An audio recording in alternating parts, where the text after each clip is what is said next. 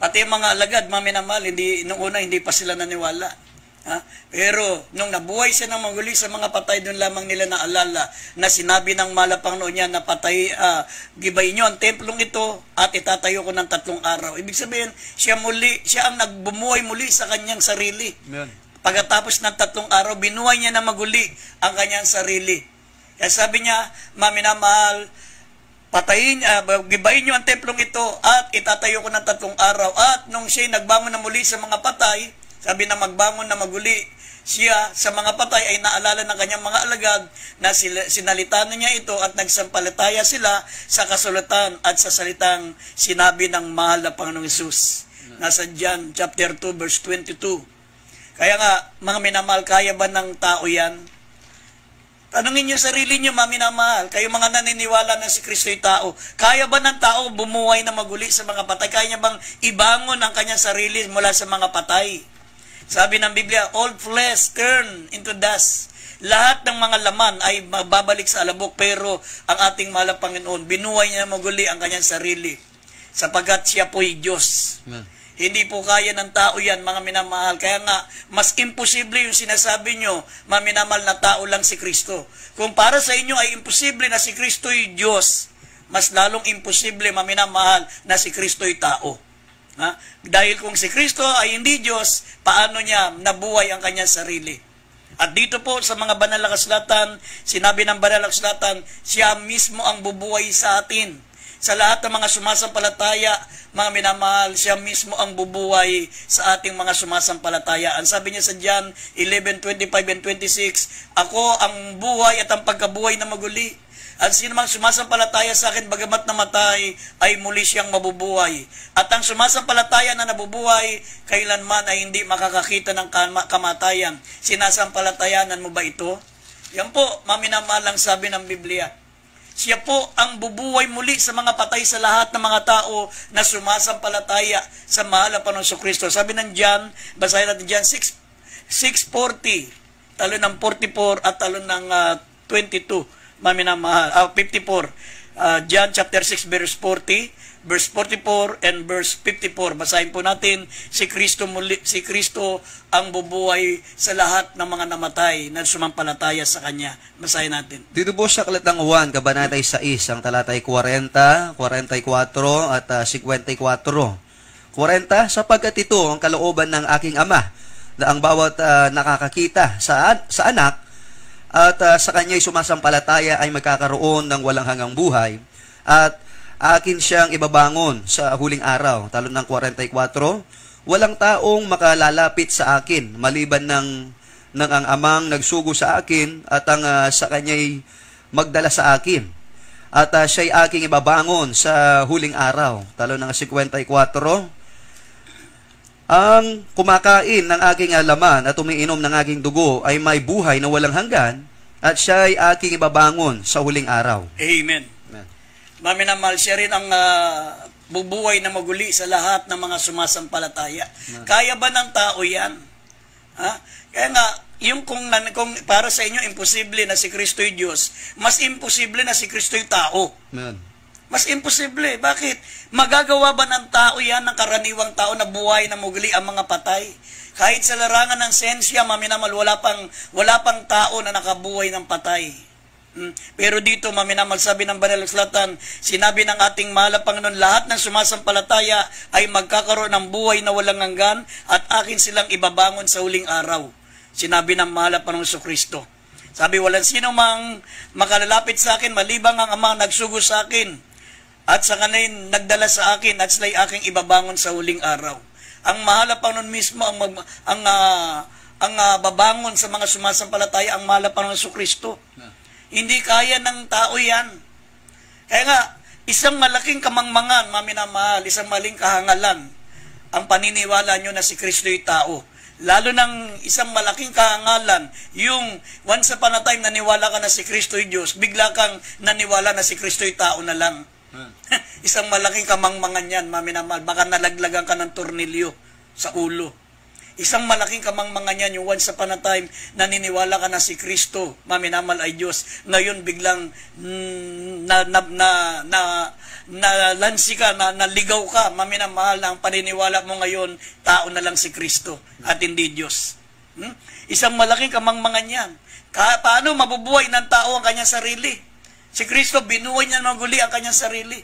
Paano mabubuhay na isang tao ang mga namatay na sumasampalataya? Si Kristo, lahat ng sasampalataya sa kanya ay kaya niyang buhayin. Bubuhayin niya sa mga huling araw, sabi ng mahal na Panginoong Kristo.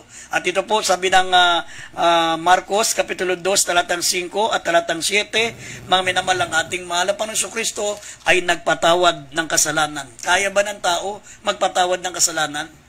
Ang tanging Diyos lamang ang nakapagpapatawad ng kasalanan. Basahin natin dito sa Marcos 2, talatang 5 at talatang 7, at dito sa Lucas 7:48 hanggang 49. Dito po sa aklat ng Marcos, Kabanatay 2, talatay 5 at 7. At pagkakita ni Jesus sa kanilang pananampalataya ay sinabi sa lumpo, "Anak, ipinatatawad ang iyong mga kasalanan." 7. Bakit nagsasalita ang taong ito ng ganito? Sa inamumusong, sino ang makapagpapatawad ng mga kasalanan kundi isa, ang Diyos lamang? Dito sa aklat po ng Lucas, Kabanatay 7, talatay 48 at 49. At sinabi niya sa babae, ipinatatawad ang iyong mga kasalanan.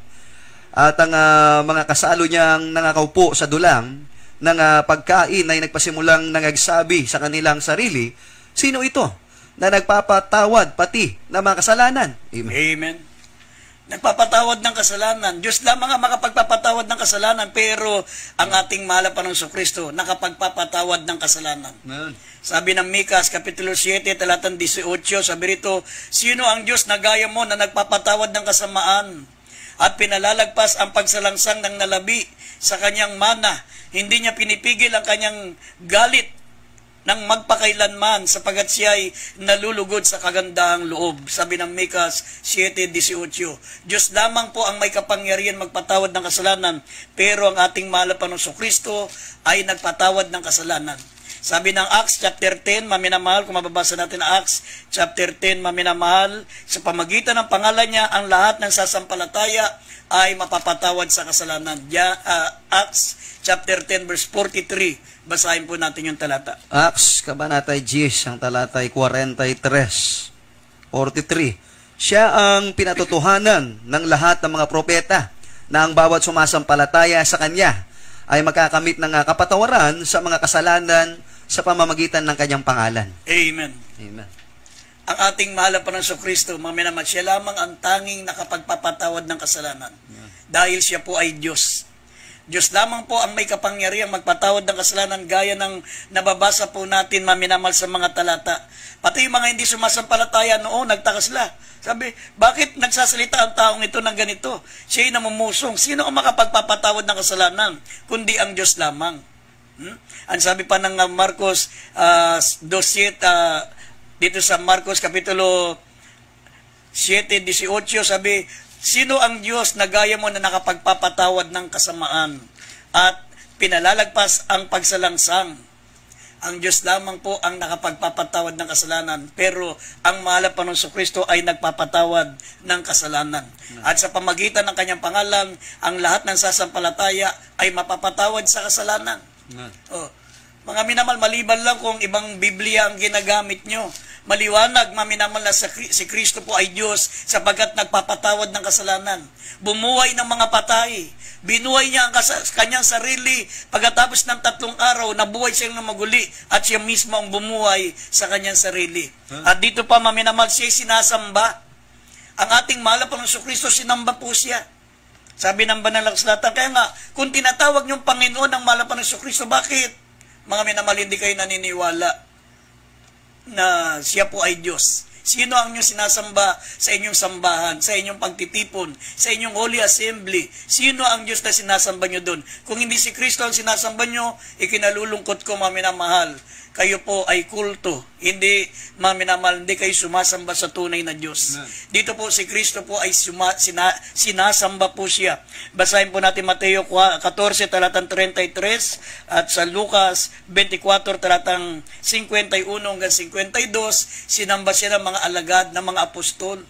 Kinikilala natin, mga minamahal, at nananampalataya tayo sa mga apostol, sa kanilang mga sinulat, sa kanilang mga pananampalataya, pinangawakan natin ang pananampalataya nila. Dapat maniwala kayo, mga minamahal, na si Kristo ay Diyos, sapagkat ang mga alagad na pinaniniwalaan natin, sinamba nila ang ating mahal na Panginoong Kristo. Kaya nga, Diyos lang ang sinasamba. Sabi ng Lucas, Kapitulo 4, talatang 10, sa Diyos ay sasamba ka at siya lamang ang iyong paglilingkuran. Pero dito po, maminamahal, sabi, si Kristo po'y sinamba. Mateo 14:33 at Lucas 24, talatang 51 hanggang 52. Dito po sa aklat ng Mateo, kabanatay 14, talatay 33. At ang mga nasa daong ay nagsisamba sa kanya at nagsabi, tunay na ikaw ang anak ng Diyos. Dito sa aklat po ng Lucas, kabanatay 24, talatay 51 at 52. At nangyari na samantalang sila ay binabasbasan niya, ay iniwan niya sila at dinala siya sa itaas, sa langit, 52, at siya sinamba nila. At nagsibalik sila sa Jerusalem na may malaking galak. Amen. Amen. Maliwanag, maminamal, lahat ng mga mananampalataya, sinasamba siya. Sabi, binasbasa, at nangyari na samantalang siya ay binabasbasan niya, ay iniwan niya sila at dinala siya sa itaas sa langit. Habang siya, mga minamahal, ay paakit sa langit, mga minamahal, ascension. Sabi rito, mga minamahal, siya ay sinamba at nagsibalik sila sa Jerusalem na may malaking galak. Sinamba siya, mga minamahal, ng mga apostol, ng mga alagad, ng lahat ng mga mananampalataya. At ito pa, mga minamahal, sinabi ng Psalms 65, verse 2, mga minamahal, ang Diyos lamang ang tanging tumutugon ng panalangin. Psalm 65, verse 2, O thou that hearest prayer, ikaw na Diyos na dumidinig ng dalangin, sa iyo lahat paroroon ang laman. Ang dumidinig ng panalangin ay Diyos lamang. Pero sabi po rito sa John chapter 14, verse 13 and 14, sa pangalan ng mahal na Panginoong Kristo, didinggin ng Diyos ang ating panalangin. Basahin natin ang Psalm 65, verse 2. Dito po sa aklat ng mga awit, kabanatay 65, talatay 2. O ikaw na dumidinig ng dalangin, sa iyo'y paroroon ang lahat ng laman. Dito sa aklat po ng John, chapter 14, verse 13 and 14. 13 and 14. Sabi dito sa 13, at ang anumang inyong hingin sa aking pangalan ay iyon ang aking gagawin, upang ang Ama ay lumawalhati sa anak. 14. Kung kayo'y magsihingi ng anuman sa pangalan ko, ay iyon ang aking gagawin. Amen. Amen. Maliwanag, maminamahal, ang ating panalangin ay didinggin ng Diyos sa pangalan ng mahal na Panginoong Kristo. Ang sabi, ano man ang ating hingiin, ano man ang inyong hingin sa aking pangalan, yan ay aking gagawin. Ano man ang inyong hingin sa aking pangalan, ay, sabi, ano man ang inyong hingin sa anuman sa pangalan ko, yan ay aking gagawin. Dito pa sa John 16:23, at sa araw na yun ay hindi kayo magtatanong sa akin ng anumang tanong. Katotohanan sinasabi ko sa inyo, kung kayo'y hihingi ng anuman sa Ama, ay ibibigay niya sa inyo sa aking pangalan. John 16:23. Ang tanong, sabi ng mga hindi naniniwala na si Kristo ay Diyos, kung siya ay Diyos, bakit siya nagdasal na Diyos ko, bakit mo ko pinabayaan? Bakit siya nananalangin? Sabi nga ng banal na kasulatan sa Psalms 65 verse 2, lahat ng laman ay paparoon sa Diyos. Ginaganap niyo yun, maminamal, bilang tao, kasi siya po ay nagkatawang tao, ang Diyos ay nagkatawang tao. Tinuturuan niya ang mga tao, maminamal, na manalangin sa Diyos. Sabi, lahat ng laman ay paparoon sa Kanya. Ikaw na dumidinig ng dalangin. Noong mga panahon na yun, nasa laman siya. At ang layunin ng kanyang mga ginagawa nung siya po ay nagkatawang tao, sabi, para tuparin ang kautusan. para ganapin ang kautusan. Sabi niya sa Mateo 5:17, naparito ako hindi para sirain ang kautusan, kundi ganapin.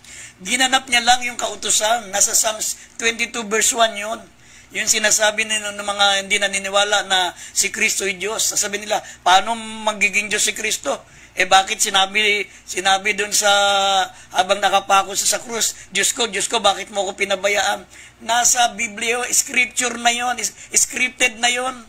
Nasa Psalms 22 verse 1, mga minamahal, yun po ang sasabihin niya. Sabihin, scripted na, mga minamahal, gaganapin niya na lang. Sabi na parito siya, hindi para sirain ang kautusan, kundi ganapin.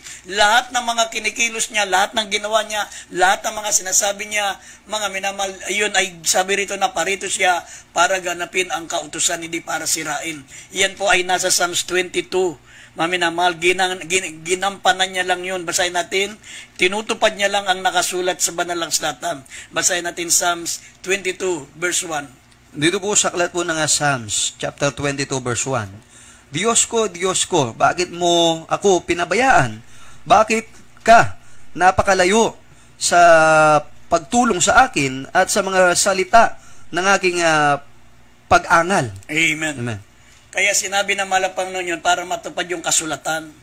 Kaya nga sabi ng Mateo 24 Lucas 24, nakasulat dyan na sabi, lahat ng mga nakasulat sa awit, lahat ng mga nakasulat sa patungkol kay Moses ay mga minamahal na tupad sa pangalan ng malapang ng Kristo upang sumampalataya tayo, mga minamahal, na siya po ang Diyos, mga minamahal, na nagkatawang tao na siyang ating tagapagligtas.